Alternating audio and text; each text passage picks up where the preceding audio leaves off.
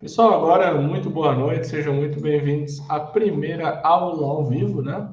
Da unidade curricular de manutenção de sistemas de controle e acionamentos eletromecânicos. Então, essa é uma unidade curricular que tem um nome bem longo, mas ela não é tão longa, certo?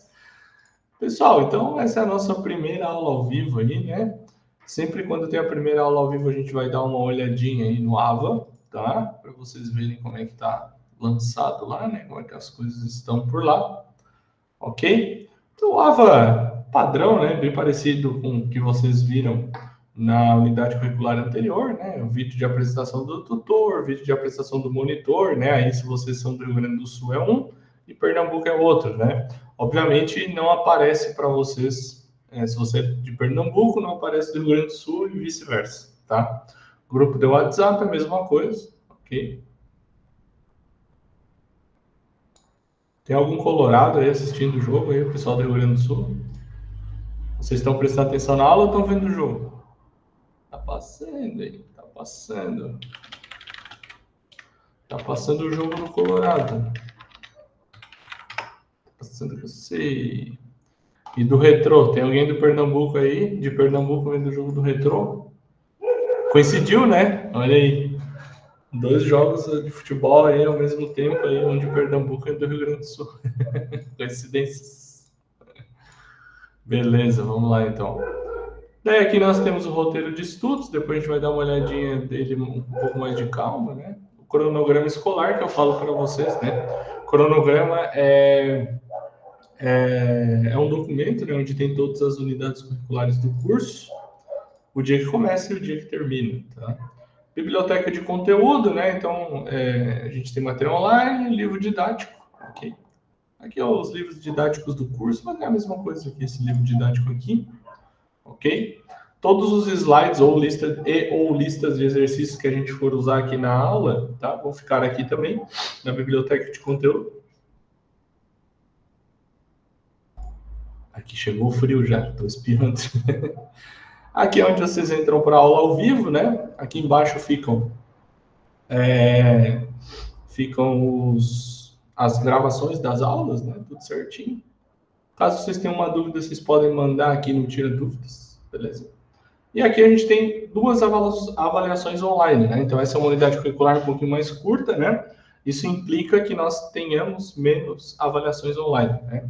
A primeira é lá dia 13 de maio e a segunda dia 27 de maio. Então, só mês que vem para a gente se preocupar com isso aí, né? Não que mês que vem esteja muito longe, né? Mas não semana que vem na outra, beleza? Vamos dar uma olhadinha no nosso roteiro de estudos. Então, pessoal, o roteiro de estudos dessa unidade curricular, ele está dividido aí em 4 semanas, tá? Primeira semana é essa semana de agora, né, onde vocês têm que estudar tecnologia de processos e que é SMS, né, que é a parte ambiental, tudo isso, tá? Que é o que a gente vai falar hoje. Na aula de hoje a gente vai iniciar com o que é SMS, vai fazer um intervalo e aí a gente entra aí de cabeça, né, na parte de acionamentos e controles eletromecânicos. Na aula de hoje a gente vai falar um pouquinho sobre protocolos, né? Então vocês vão entender o que é, os tipos que tem, e depois a gente vai fazer um estudo de caso aí para vocês conseguirem selecionar alguma coisa aí sobre protocolos, beleza? Na segunda semana, né, a parametrização e teste de componentes e gestão de pessoas, tá? A terceira semana, gestão de processos, tecnologia de ferramentas materiais e resoluções de problemas no trabalho. E na última semana, ética, trabalho e profissionalismo, beleza? As atividades presenciais, né? Então são 4 aulas online e 5 aulas presenciais. Tá? Nas aulas presenciais, toda aula presencial vai ter alguma atividade que vale nota, né? Então nós temos uma, duas situações de aprendizagem, né? Aliás, uma, duas, três, quatro, 5 aulas, né? Todas 5 com atividades, como eu falei, né? As primeiras duas da primeira situação de aprendizagem, aula 3 e aula 4 da segunda e aula 5 da quarta situação de aprendizagem, beleza? Alguma dúvida aqui, pessoal, do roteiro de estudos? Não,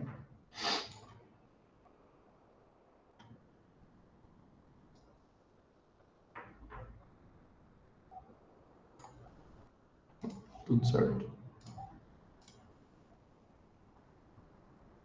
Não tava, eu tava falando e não tava aparecendo nada. Sério? Não acredito. Agora que eu vi que tu falou, Micael. Alguém pode confirmar se realmente não tava aparecendo? Não, mas pra mim aqui tava dizendo que tava aparecendo. Será que é a tua net aí? Alguém também não. Alguém tava conseguindo ver o que eu tava falando? Ou não? Ou ninguém tava vendo?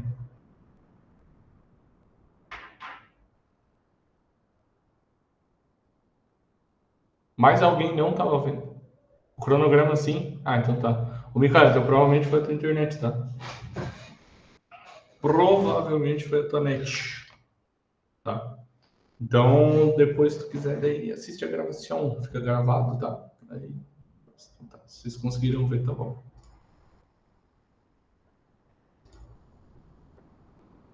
Então tá, vamos lá. Tá, beleza? Tá lá. Pessoal, então, como é que vai ser a estruturação da aula de hoje, tá?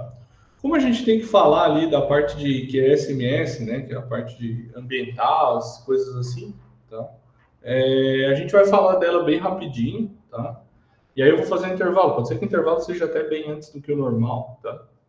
A gente vai fazer um intervalo para trocar de assunto, né? Porque não faz muito sentido a gente, eu vou dizer para vocês, falar de QSMS e depois falar de protocolos de equipamentos para eletromecânicos, né? Não faz muito sentido. Então eu vou fazer esse intervalo para a gente ter essa quebra de assunto, né? Entre um assunto e outro. Beleza? Então a gente. Ô, Mikael, aproveita que tu voltou aí. Tá vendo agora o slide aqui que tá mostrando? Ver se tu consegue ver.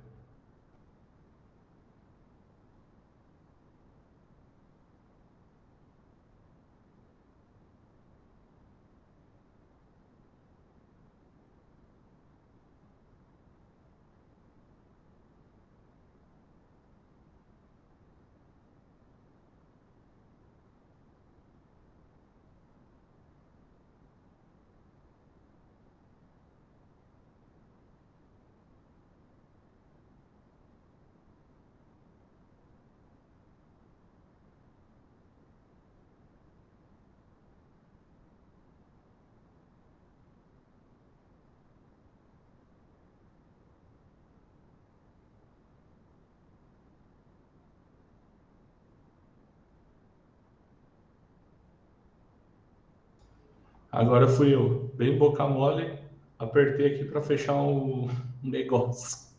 Fechei junto a aula, pessoal. Mas voltei tudo certo. Ainda bem que não é a minha internet, né? Deixa eu fechar aqui. Meu mouse ele tá com um ciricutico aqui, que às vezes eu. Vocês estão vendo o slide aqui? Então, né? Só para eu ter certeza. Sim, tá. Meu mouse está com um ciricutico, que eu clico nele, às vezes ele dá um duplo clique, né? Já está no final da vida dele aí. Aí às vezes eu clico e ele dá um duplo clique. Daí, como a aba do Meet estava do lado da aba do AVA, quando eu cliquei para fechar o AVA, ele deu um duplo clique, fechou o AVA e fechou o Meet junto. Mas beleza, vamos lá, agora sim. Então tá, pessoal, como eu estava falando, né, a gente vai falar primeiro dessa matéria, né, dessa parte da matéria que é SMS, fazer um intervalo, né, para ter essa quebra de assunto e aí depois a gente continua a aula para falar sobre protocolos, tá? E aí depois a gente faz o estudo de caso aí sobre protocolos, beleza? Quando a gente pensa, pessoal, no mundo corporativo de maneira geral, e aí a gente não pode colocar uma indústria ou outra, né? A gente abrange aí várias indústrias, né? Se for pensar assim, né? Se a gente pensar em todas, a indústria de maneira geral, tá? Ela se insere em um conjunto maior, né? Que é a sociedade, de maneira geral, a sociedade que eu vivo, que vocês vivem, né? Que a gente vive, tá? E a indústria, né, ela tem um certo compromisso, ou uma certa necessidade, tá? Que as pessoas sejam atendidas, né? Então, a indústria ela tem o objetivo aí de melhorar o bem-estar das pessoas perante aí a indústria, enfim, tá? De vários anos para cá, as empresas, né, elas começaram a ser obrigadas, né, a se adaptarem, né, a cada dia, né, adotando aí várias estratégias que consigam, né, conciliar, né, ou ter lado a lado os interesses econômicos da empresa e os requisitos ambientais que ao longo do tempo foram aí sendo impostos pela sociedade de maneira geral. Tá? Todo esse contexto, né, de empresa e ambiental, né, a empresa e o ambiental, acabam impactando, certamente, diretamente no dia a dia das operações, né, daquela empresa. Tá?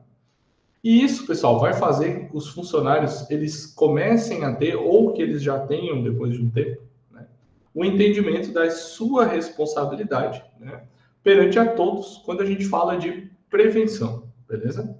Então a gente vai falar um pouquinho da norma ISO 14000, da família de normas ISO 14000, né? Ou especificamente da norma ISO 14001, que trata do sistema de gestão ambiental daquela empresa. Tá? Os primeiros movimentos, se a gente pode chamar assim, da sociedade, né? Que observavam um pouco da preservação de recursos naturais, né? São aí do século XIX, né? Então, bastante tempo atrás. Né? O primeiro estudo, que foi feito um estudo, né, com observação, dados, etc., que foi feito em Roma. Só um instantinho. Em Roma, na década de 60, né? Então, aí, há 50 anos atrás, né? 50, 60 anos atrás. Tá? E o estudo se chamava Limits to Growth, né? Que traduzindo para o português, né? De maneira rápida, limites de crescimento. E a partir daqui, né, esse estudo, né, ele já trazia lá alguns alertas, né, sobre escassez de recursos naturais, né, então pensem há 60 anos atrás, né, 65 anos atrás, tá? Já se falava sobre isso, né, sobre o quão escasso eram os recursos naturais. O objetivo do estudo era conscientizar as pessoas, né, do limite, né, até onde elas poderiam explorar, né, esses recursos naturais para que outras gerações não ficassem sem, né? E a gente ouve falar disso até hoje, beleza?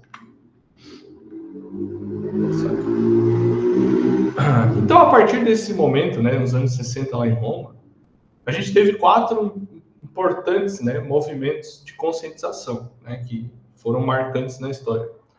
O primeiro foi a Conferência das Nações Unidas sobre o Meio Ambiente, que isso acontece aí de tempos em tempos, né? Mas a primeira foi feita em Estocolmo, né? No ano de 72, né? 1972.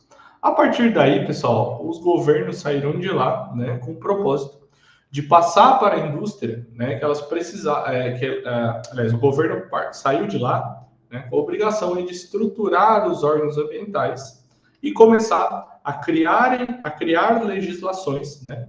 Específicas contra a poluição. Ok? O segundo evento foi o tal do relatório Brundtland, né? Esse é um relatório que foi escrito, né, apontando vários problemas, apontando conscientização, por que era importante, tudo isso. Tá? Para disseminar esse desenvolvimento sustentável aí pelo mundo. Tá? O terceiro evento aconteceu aqui no Brasil, né? Se chamou Rio Eco 92. No ano que eu nasci, né, foi feito em 92, marcou uma mudança aí na forma como a humanidade encarou a sua relação com o planeta. Esse evento ainda existe, né, até hoje. E por último, o protocolo de Kyoto, né, que foi um conjunto de intenções, né, para que os países diminuíssem ou reduzissem, né, é a mesma coisa, o uso de gases poluentes, e foi firmado em 97. Porém, nem todos os países assinaram e nem todos os países aderiram, beleza? Então, esses 4 eventos aí marcaram isso, tá? E a partir daí, pessoal, ao longo do tempo, o mundo corporativo, né, foi obrigado também a incluir o seu tema ambiental nas preocupações também da empresa, né? Via de regra, independente do tipo de indústria, qualquer tipo de indústria que a gente for pensar, ela gera algum tipo de resíduo, né, pessoal? E ao longo do avanço do mundo de maneira geral, esse quadro do lado aqui vai mostrar, né, vou fazer a leitura para vocês, de como isso foi sendo tratado ao longo do tempo, beleza? Antigamente, pessoal, lá perto, né, da Revolução Industrial, um pouquinho para frente ali, os resíduos eram tratados sem tratamento, né? No caso, não eram tratados, tá? Então, durante décadas e décadas, as indústrias acabaram lançando aí resíduos dos seus processos, né? Sem nenhuma forma de tratamento, tá? Então, vários gases tóxicos foram lançados na atmosfera, vários líquidos que estavam contaminados por metais pesados e outras substâncias que eram nocivas foram lançados diretamente em rios e lagos, e os resíduos sólidos foram jogados aí em terrenos sem a menor preparação, tá? Isso durou aí até os anos 60, né? Que coincide lá com o estudo feito em Roma, tá? Então, nessa época aqui, a gente via produção da empresa a qualquer custo, tá? Ninguém se importava com isso, beleza? Depois começou um movimento, né? E as empresas começaram a ter alguns tipos de tratamento para os seus resíduos, né? Então, a partir dos anos 60, várias técnicas de tratamento de resíduos começaram a ser empregadas pela indústria, né? Por quê? Porque a partir desse momento começaram, né, algumas leis, né, ou o próprio mercado, né, começou a deixar de lado as empresas que não se preocupavam com isso. Então, obrigatoriamente, as empresas passaram a ter algum tipo de tratamento para os seus resíduos, tá? As empresas, de maneira geral, retardaram os seus investimentos, né? Desculpa. As empresas que retardaram seus investimentos ficaram sujeitas a multas municipais, estaduais e federais, ficaram sujeitas a vender menos que os seus concorrentes que estão com essa preocupação, né? E aí, pessoal, as empresas obrigatoriamente começaram a instalar filtros, outras tecnologias que a gente chama de fim de tubo, né? Que é colocado lá no final do lançamento de resíduo, né? E isso já reduziu bastante aí o potencial, né, nocivo dos resíduos. E isso foi crescendo, né? Mas aí se fazia uma ação aqui, uma ação ali, colocava um negócio aqui, um negócio ali, e aí depois as empresas se conscientizaram, e aí hoje, né, a gente está na fase da prevenção, beleza? Então, pessoal, a importância, né, cada vez mais crescente que esse tema ambiental vem sendo trazido à tona na sociedade, né, tornou a legislação e a fiscalização muito mais rigorosas, né? Então, despertou nas empresas a percepção de que apenas o tratamento e contenção desses resíduos que a gente tem ali não eram mais suficientes. Então, a gente, a partir desse momento, percebeu que só aquilo ali já não era mais suficiente. Por quê? Porque a gente fazia uma ação ali, ficava esquecida, fazia outra aqui, ficava esquecida. Então, a partir disso, surgiram os sistemas de gestão ambiental, os SGA. E a partir deles, né, o foco passou de tratamento para prevenção, tá? Então, a partir do momento que surgiu isso, a gente começou a prevenir, tá? E a série de normas, né, ISO 14000, ela veio para isso, para corroborar isso, porque a série de normas ISO 14000, ela fala de sistema de gestão ambiental. Essa é uma norma, tá? Que ela é de adoção voluntária, tá? E ela estabelece, e ela não estabelece, né, nenhum padrão, nenhum padrão de desempenho, nem nada, tá? Mas ela acaba especificando que para que a gestão ambiental auxilie a empresa a cumprir os compromissos, né, em prol aí do meio ambiente, beleza? Por que ela não é de adoção voluntária e várias empresas adotam, né? Por questão de mercado, tá? Quando uma empresa adota esse tipo de solução, né, ela é muito mais bem vista no mercado, né? Então, por isso que as empresas sempre adotam, tá? Então, essa norma ISO, né, ela cria um sistema de certificação de aceitação internacional. Então, a empresa adota, faz uma auditoria, se certifica e, a partir daquele momento, a empresa está certificada na ISO 14000, beleza? Então, por isso que traz essa vantagem competitiva para a empresa, certo? Essa norma, pessoal, obviamente por ela ser de adoção voluntária, ela não vai substituir a legislação local, ou estadual, ou federal, enfim, sobre o meio ambiente. Tá? Para a empresa poder ter essa certificação, ela tem que comprovar ali que ela está cumprindo toda essa legislação da onde ela está sendo instalada. Né? Então, por exemplo, no Rio Grande do Sul vai ter que ser a legislação do Rio Grande do Sul. Em Pernambuco vai ter que ser a legislação em Pernambuco. Na Paraíba, da Paraíba. Em Santa Catarina, de Santa Catarina e assim por diante. Tá? Além dessa exigência de cumprimento da norma, das leis, né, ambientais, a norma ela vai determinar que a empresa tem um sistema de gestão ambiental já implantado. Né? Por quê? A ISO 14001 ela mostra como a gente implantar um sistema de gestão desse. Então, para a gente se certificar, a gente já tem que ter aquilo implantado, certo? Porque isso é o que vai garantir o compromisso com essa melhoria contínua do desempenho ambiental da empresa. Tá? As normas da série 14.000, elas são elaboradas em dois enfoques, né, em dois prismas, vamos dizer assim.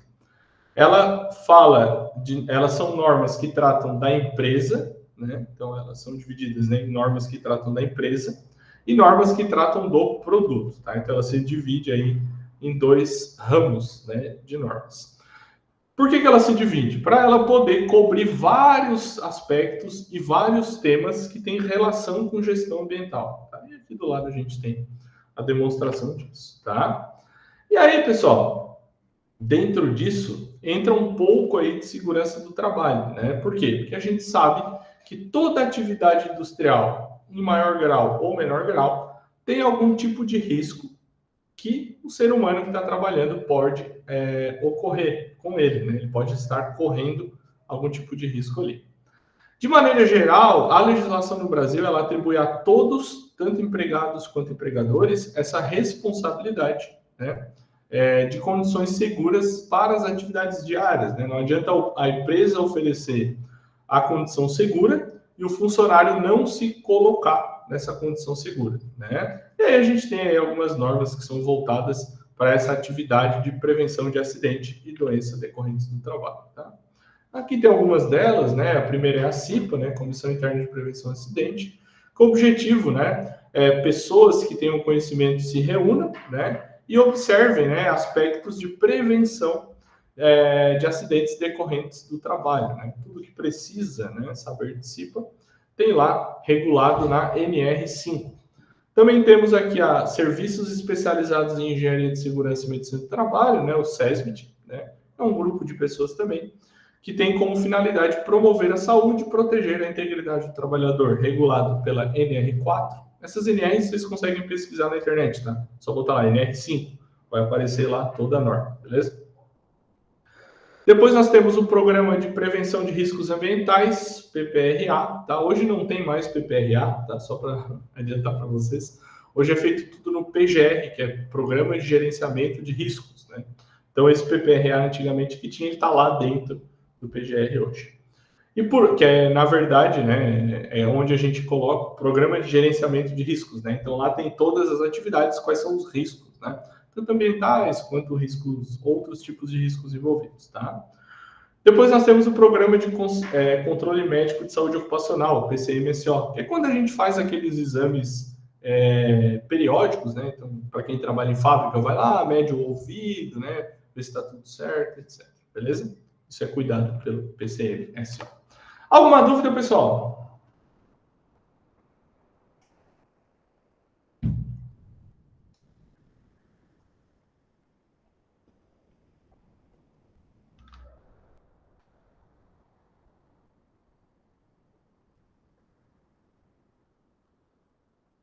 Nenhuma?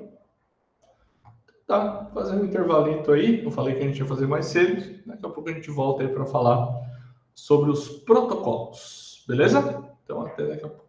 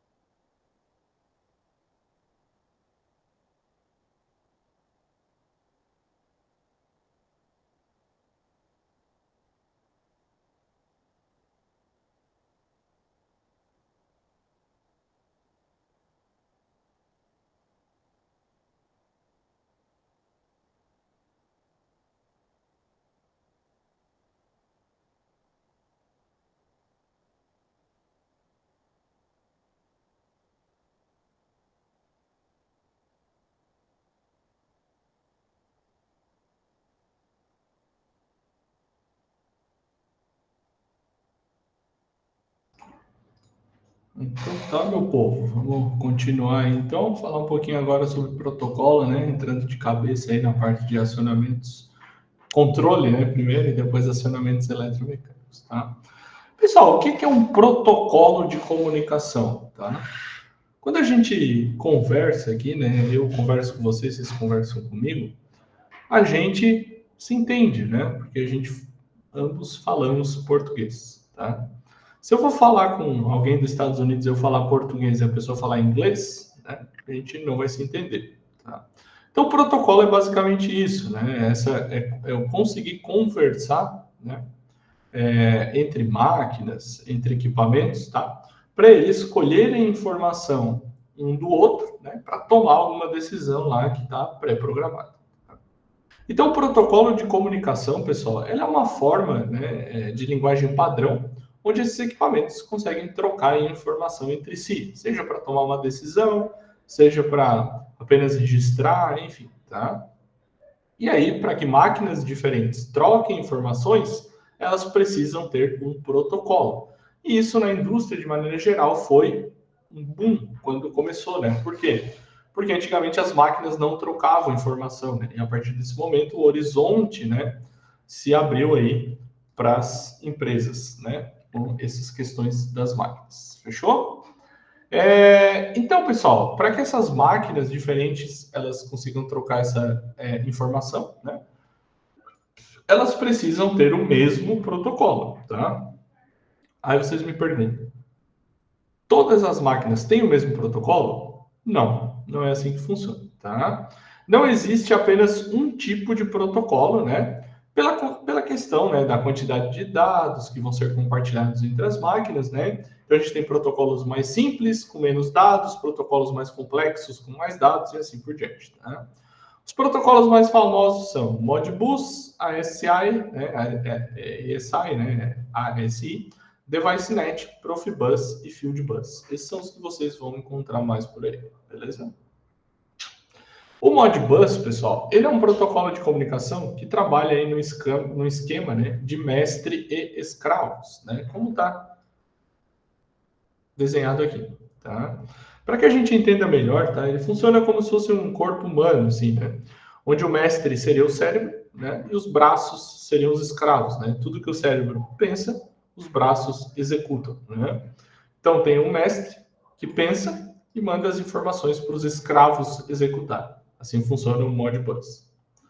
O ASI, né, o ASI, ele é um protocolo, desculpa, protocolo de formato de barramento. Então ele só funciona, né, com informação binária, 0 e 1, né, ou ligado ou desligado, né, ele não tem essa variação, tá?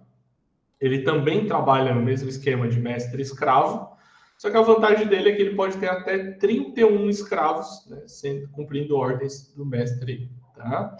Outra questão bastante vantajosa do ASI, né, é a distância que a gente consegue utilizar ele, né?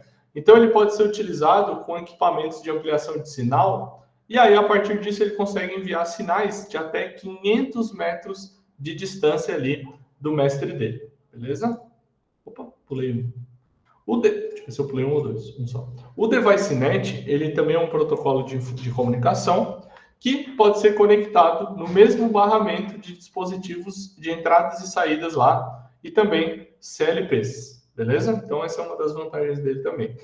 Nesses modelos de protocolo, né, do DeviceNet, quando a gente usa repetidores desse protocolo, a gente pode chegar até 6.000 metros para trabalhar, né? Entre o esquema escravo-mestre, né? Então, os escravos podem estar até 6.000 metros, né, do mestre, e mesmo assim vão conseguir trocar informação.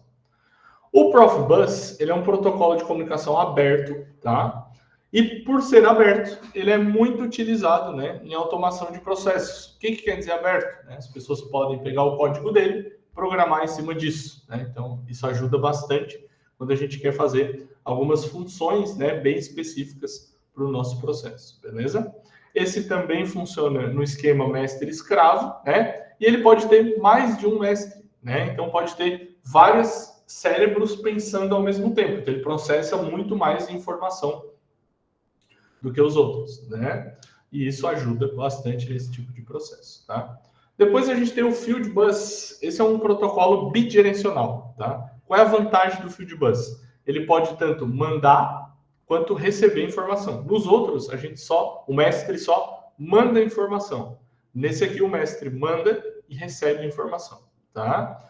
Então, com isso, a gente consegue uma possibilidade, né, de interconexão entre vários equipamentos, né? Com apenas um parzinho de fios, um para ir, um para voltar, tá? Então, bem simples aí o funcionamento dele.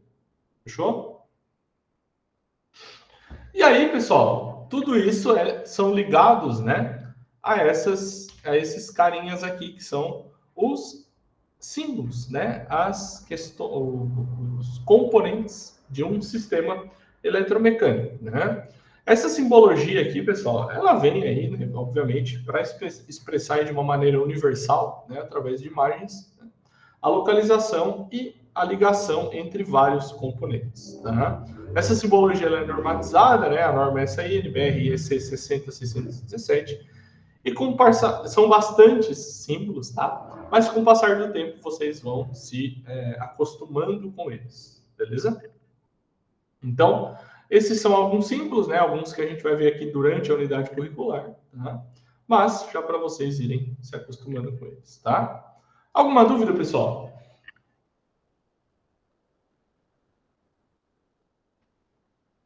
Não? Então vamos fazer o nosso desafio aí. Vocês têm um tempo bom aí para fazer, tá? Qual é o desafio? Aqui, ó. Vocês foram contratados como técnicos de automação pela Agrotech Soluções, uma empresa que moderniza pequenas estufas. Um cliente quer automatizar a irrigação de uma pequena área baseada na leitura de um sensor de umidade do solo. O sistema precisa ter um CLP, pequeno como o cérebro, um sensor de umidade do solo, vamos considerar que ele envia um sinal simples, seco ou úmido, ou seja, binário, né? 0 e 1. Uma válvula solenoide, dispositivo elétrico que abre e fecha a passagem de água, né? Que também é binário, né? Abre e fecha. E um botão para ligar e desligar o modo automático do sistema. 3 perguntas para vocês responderem. Primeiro, considerando que o CLP, o sensor, a válvula e o botão estão próximos, né, dentro de uns 10 metros, e a informação principal é binária, seco e úmido, liga e desliga, abre e fecha. Qual dos protocolos mais simples que a gente viu, né, seria adequado para a gente conectar o sensor e a válvula ao CLP através de um barramento? Essa é a primeira pergunta. Segunda pergunta, escreva brevemente qual é a função específica do sensor de umidade e da válvula solenoide dentro desse sistema de irrigação, tá? E terceiro, imagine que você está olhando o diagrama elétrico desse sistema. Para representar o botão que liga o modo automático, né, que só fica ligado enquanto pressionado, por exemplo, qual tipo de símbolo de botão seria mais apropriado usar no diagrama? Um botão normalmente aberto ou um botão normalmente fechado? Beleza? Pessoal, então eu vou dar aí meia hora para vocês fazerem, tá? Qualquer dúvida, vocês podem me chamar aí no chat. Beleza? Daqui meia hora a gente corrige. Valeu, até daqui a pouco.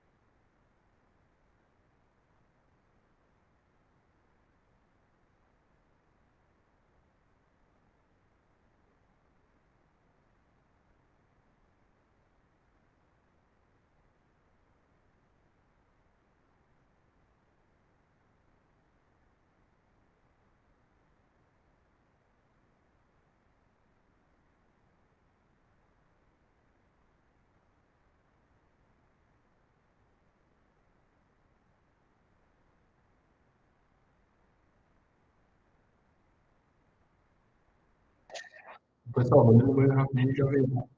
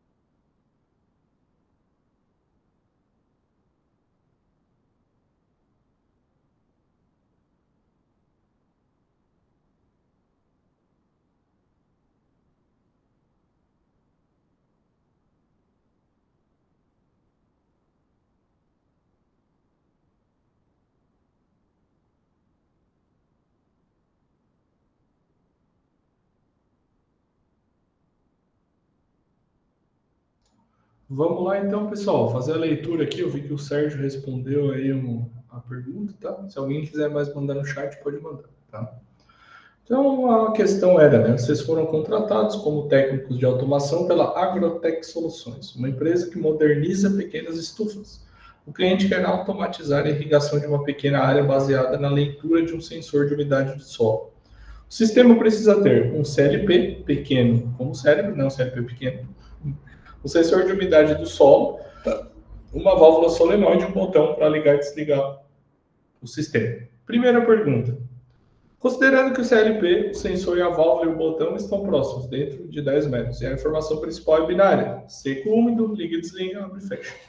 Quais dos protocolos mais simples que vimos seria adequado para conectar o sensor e a válvula CLP 1/menos? Tá? O Sérgio botou protocolo Modbus, o Murilo botou Modbus. Mais alguém botou outra coisa? Todo mundo que fez aí botou Modbus. Aqui a resposta é Modbus, tá, pessoal? O Modbus ele permite essa distância e ele é bem simples, né? Então, como a gente está conectando poucas coisas, né? Ele consegue atender tranquilamente, beleza? Segunda pergunta: descreva brevemente qual é a função específica do sensor de umidade e da válvula solenoide dentro desse sistema de irrigação. Sérgio botou: o sensor manda um sinal após ler a umidade do solo para o Modbus, que envia um sinal para abrir a solenoide, que por sua vez abre para molhar o solo, e o sensor faz leitura da umidade ideal e manda o sinal do Modbus desligar a válvula solenoide. Perfeita resposta. O Murilo botou: acionar a válvula solenoide assim que o solo esteja seco. Liberar água para o sistema de irrigação. É basicamente isso, Murilo. Mas a resposta do Sérgio está mais completa. Tá? Mais alguém quer responder?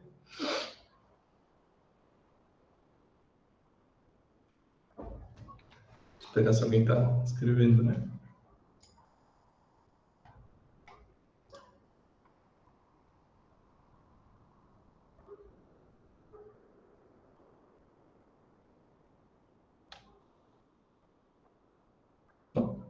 E a última pergunta é: imagine que você está olhando o diagrama elétrico desse sistema para representar o botão que liga o modo automático. Qual que você usaria? Normalmente aberto ou normalmente fechado? O Sérgio botou normalmente aberto e o Murilo botou normalmente aberto e o Mikael respondeu normalmente aberto. E a resposta é normalmente aberto. Fechou? Pessoal, gostei muito das respostas aí de quem respondeu, né? Show de bola. Claro, as respostas ficaram gravadas aqui, né? Caso alguém queira reassistir ou copiar ou algo do tipo, elas estão aqui, tá? Lá no Ava já está os slides que a gente usou na aula de hoje e amanhã eu vou colocar a gravação da aula, tá? Hoje não dá mais tempo, né? Então eu coloco sempre na segunda-feira. Fechou? Alguma dúvida ainda, pessoal?